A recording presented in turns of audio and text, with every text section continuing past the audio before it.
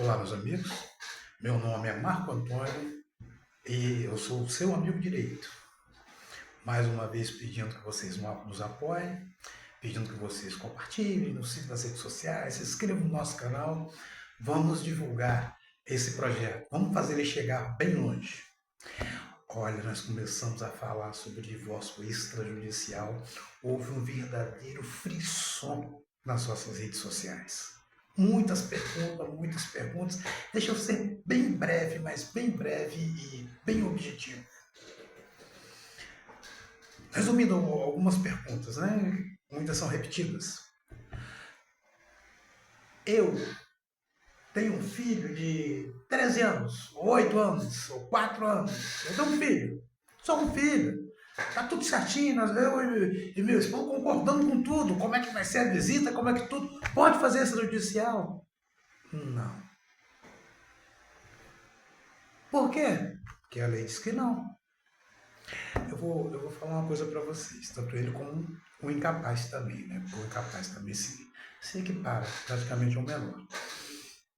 A nossa lei protege tanto, mas tanto o interesse do menor, que até mesmo você, tudo certinho, com a mulher, com o marido, um advogado assistindo ali, orientando todo mundo, tudo certinho, tudo bonitinho, tudo de acordo.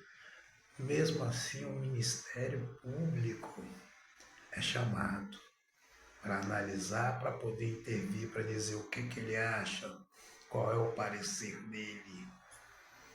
Tá bom?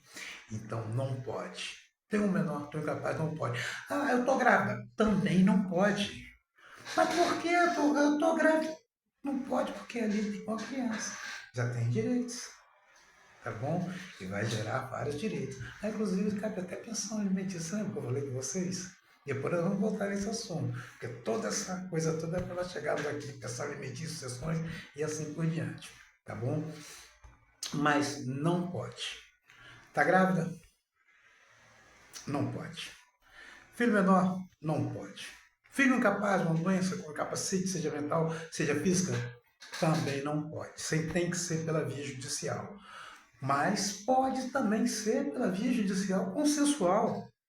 Vai ser um pouco, lógico, mais burocratizado, vai gastar um pouquinho mais, você entendeu? Mas vocês podem contratar apenas um advogado.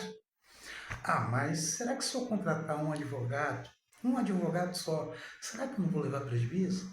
Ai, meu marido está pagando um advogado ali. É consensual, mas será que o advogado não vai puxar a sardinha pro lado dele? Não. Eu vou te dizer uma coisa para você com toda certeza. Não.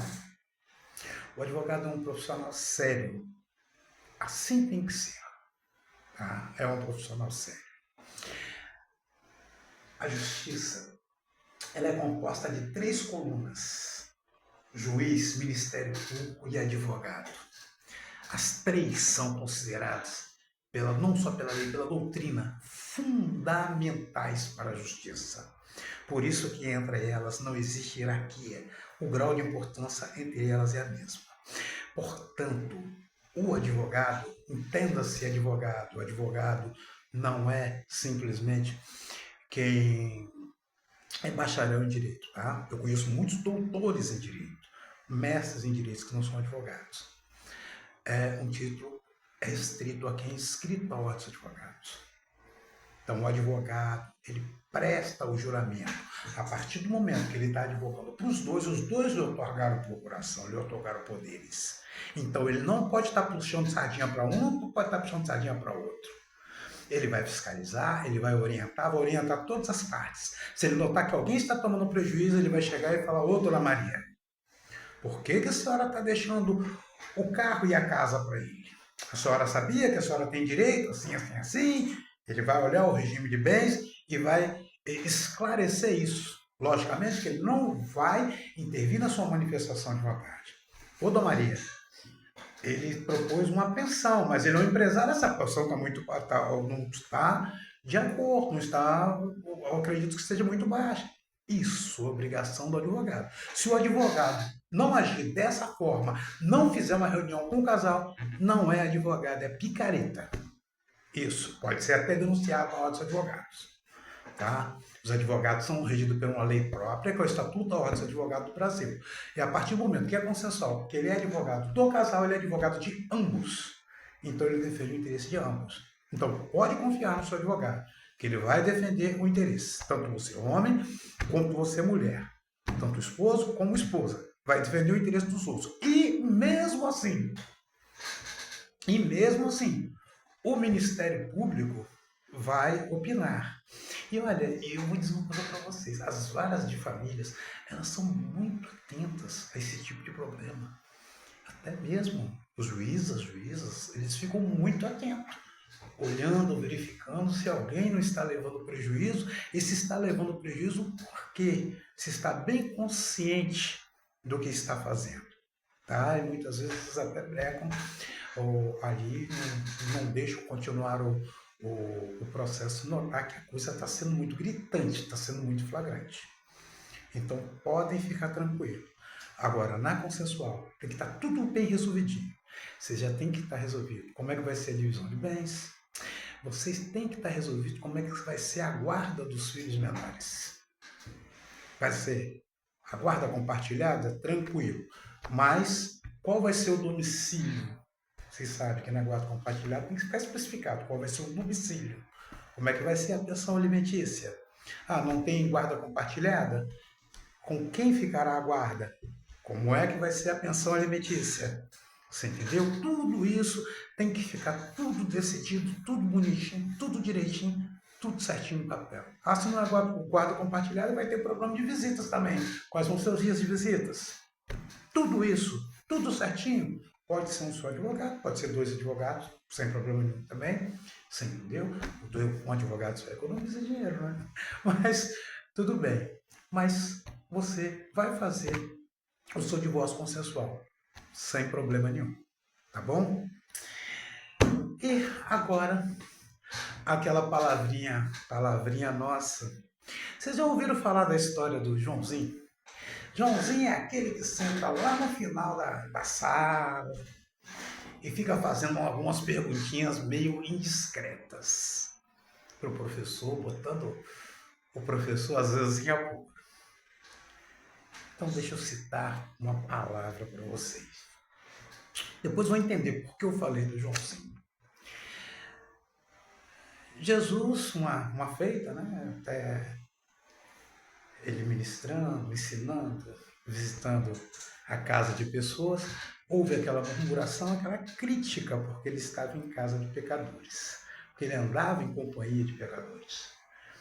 Aí foi quando nós vemos essa palavra que está em Lucas 5, 31, 32, está em Mateus também, dos evangelhos, mas tem em Lucas 5, 31, 32, que ele fala assim: os sãos não precisam de médico, e sim os doentes. Não vim chamar justos, e sim pecadores ao arrependimento. Ou seja, o que ele está dizendo é simplesmente o seguinte: olha, eu estou indo até os pecadores, eu tenho que ir até os pecadores. Deixa eu fazer uma analogia, colocar em tempos atuais. Eu estou indo naquele barzinho, eu estou indo naquela boca de fumo. Eu estou indo na casa do Joãozinho, que tá todo dia tem pacote, tem forró lá, é lá que eu tenho que ir. Eu tenho que ir onde as pessoas estão precisando da palavra de Deus, ouvir a palavra de Deus. Eu tenho que ir onde as pessoas necessitam se arrepender, necessitam de uma mudança de atitude. Ou como Jesus disse, eu tenho que ir onde tem pessoas doentes. Quando ele fala em doente, é doente assim, espiritualmente. Que precisam se arrepender dos seus pecados, ou seja, daquelas atitudes contrárias à vontade de Deus que estão tomando. Aí que chega Joãozinho, lá do fundo da sala, e fala bem assim: mas peraí, se Jesus falou que os sãos não precisam de médico, mas são os doentes, se Jesus falou que ele veio chamar os pecadores ao arrependimento e não os justos, por que Jesus andava tanto dentro dos templos ensinando? Você está cheio de sacerdotes, fariseus, morais da lei. O que Jesus fazia lá? Deixa essa pergunta para vocês, tá bom? Mas, só adiantando, ele estava ensinando e chamando pecadores ao arrependimento. Pegaram a mensagem? Fica a dica. Deus abençoe.